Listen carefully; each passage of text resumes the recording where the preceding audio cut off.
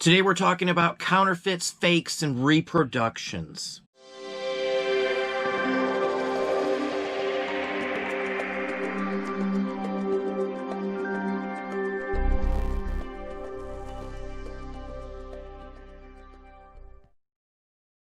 Hey, it's Don. Today we're talking about counterfeits, fakes, and reproductions, and how easy it is to be fooled even as an expert in some areas. No matter what you sell, there is always a risk of running into fakes and reproductions or just counterfeits in general. Even like video games I've even seen counterfeit, fake comic books. There's even reproductions that people will alter to make them look like the real deal.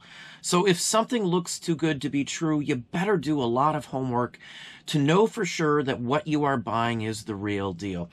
Now I'm going to show you some fakes, some reproductions, and some just outright counterfeits of some very expensive items. Now this right here, this grouping, if these were all real, there's around $30,000 worth of buttons on this table right here. Now, you might not think, how in the heck can buttons be worth that much? But some of these could go for a couple $1,000s a piece. Easy. $3,000-$4,000 even if you get the right button. These are all supposed to be Confederates. They're supposed to be passed off as real for the most part. Other ones in here are reproductions and were sold as that, but people still try to pass them off as the real deal. There isn't much difference in some of these between these fake ones and the real ones. Part of the problem is that they make them the same way. This is a cast brass. Now, I cast, and we cast brass here ourselves, so I know that this is a new one. It doesn't fit the example. If you don't know the difference, and you're into this field, or really any field, it's easy to get fooled if they do some that look just like the originals. Some of these were actually produced by the same company that made the originals. Now, this Republic of Texas button here, if it was the real deal, would be worth thousands of dollars in this condition. This is a reproduction. It's a modern reproduction. Again, I'm not just talking about buttons here. Any field that you are in, there is potential. We've run into vintage jewelry that looked to be real, turned out to be fake. We've ran into pens, watches, shoes. I've even bought a pair of shoes that looks to be fake from a national retailer, so you never know what you're getting in some cases. There is a ton of value if this was the real deal. Again, sometimes not knowing specifics about things can get you stumped where you could spend too much money on something just to find out that it's fake. Now, a lot of these look from the face of it just like the real deal. Some of these were actually produced by the exact same way, the same machines, the same dies as the original one. This is supposed to be a Confederate States Navy button. It's a reproduction. They even reproduced the back, trying to make you think that it's the real deal. Some of these are in constructions that they wouldn't have had back then, like this one here. They didn't make lead versions of some of these. The back's wrong and the whole works. Here's another one. Obvious, 100% modern day junk, basically. Some of these, again, are very crude, but other ones look identical, like this one right here. Now, this button here would run from $1,000 to, say, even $2,000 if it's the real deal. Even the back of these is designed to look like the real deal. This is a TW&W Paris back mark, and it has a cannonball and an anchor on the back like the Civil War ones do, but it's not stamped in correctly. If you don't know how a real one looks and you just go by the book, you would probably consider this one to be the real deal. But again, it's not. Nothing in this lot right here is the real deal.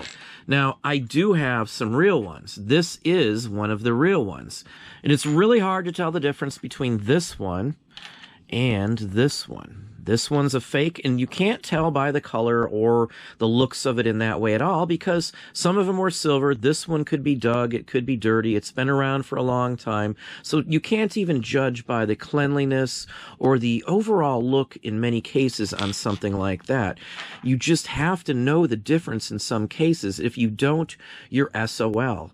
There's not much difference. There's really not a huge way to even decide if it's good or bad in some of the things like this. So knowing the area that you're in is key. You can't just go out there and randomly buy stuff and hope that everyone you buy is going to be the real deal. It's just not safe to do that.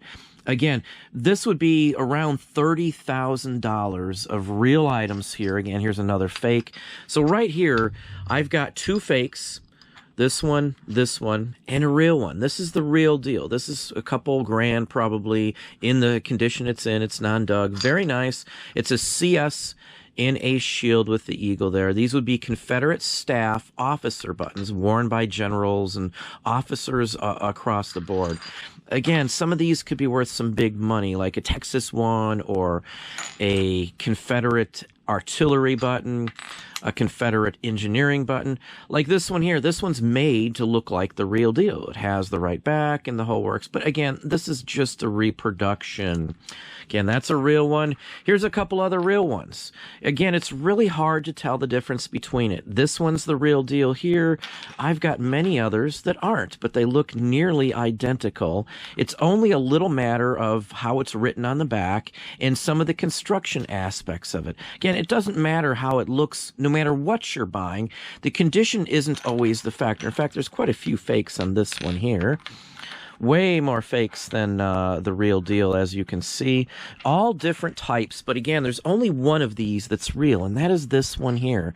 This is a Confederate States Navy button with the correct Furman back on it. Again, so I still have some big money here, but the point of it is, if this was real, I'd have $30,000 sitting on this table. You can fake pretty much anything. This here is made to look like a militia button from, say, 1820-ish. It looks identical. This one almost fooled me. But as soon as I looked at the back, it's easy to tell that it's cast white metal. This should be a brass button. They never made them like this. But if you didn't know that, again, it looks like the real deal. It literally does.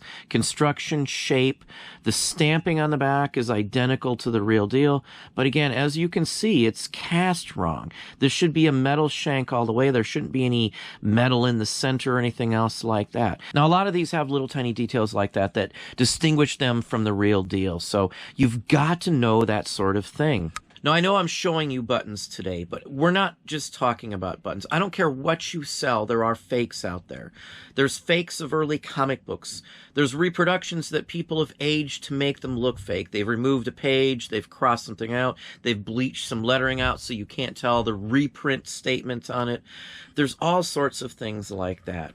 There's also knowing your area. Let's say you're out shopping for a first edition and somebody tells you that this is a first edition. This book here, I've got a book, it's a first edition, it's worth a lot of money. I'll give it to you for half cost.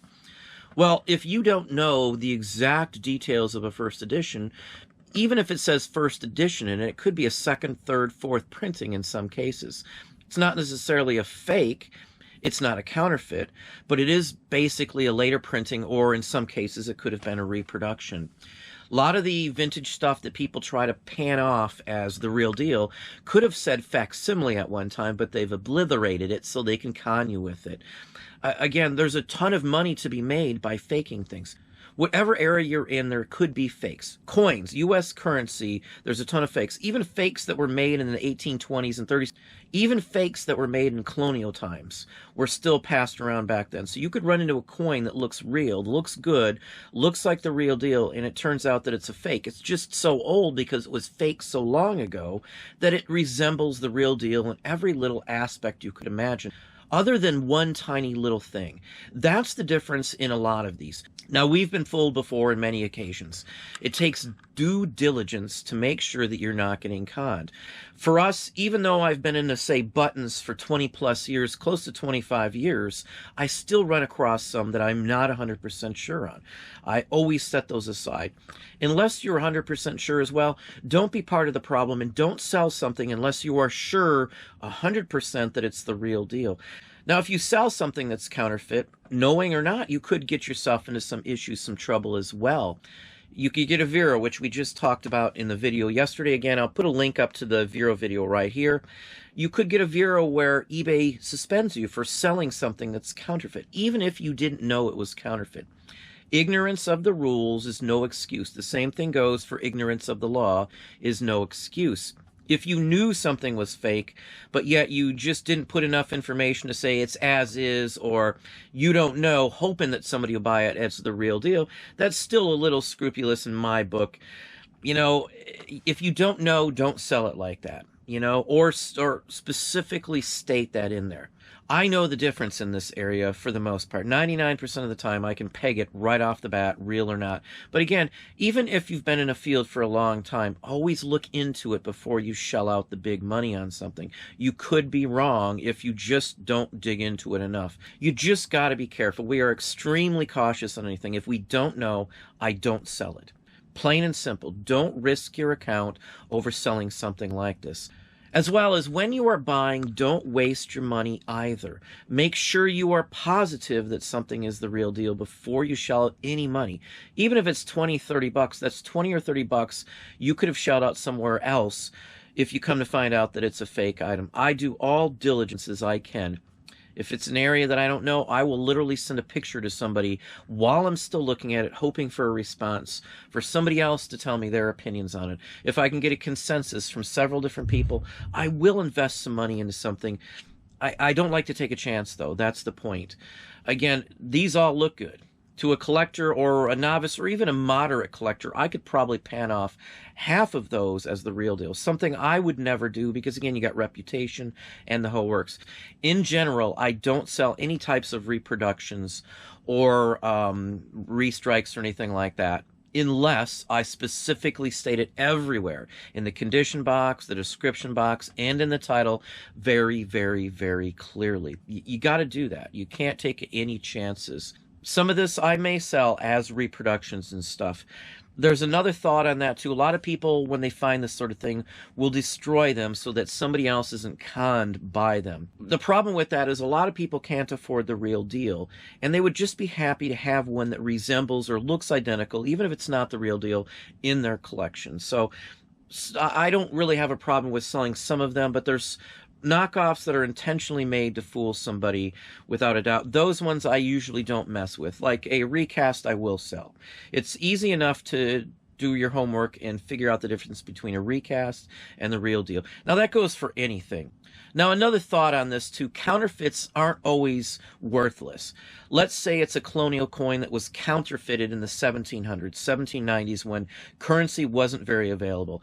This country started off basically using Spanish currency, Spanish silver coins, doubloons, pieces of 8, as you still see in the movies these days.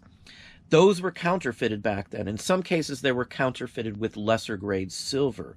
Those are still pricey. People still buy those, and there's some counterfeits that can go for thousands of dollars, believe it or not, because they were made so long ago. It was tied to a major case. There's a lot of history tied to the item, the counterfeit itself. In some cases, it's someone well known or has a long history with this country that did some of these counterfeits, so they do carry some sort of value. So just be careful. Know what you're getting into. If it's too good to be true, chances are it really is too good to be true. Don't waste your good money if you are not sure. But that's what I have for you today. Hopefully that gave you some ideas and some thoughts. If you enjoyed this video, please hit that like button down below. You can also hit the bell icon to be notified if I post new content or go live. Subscribe and tell all your friends.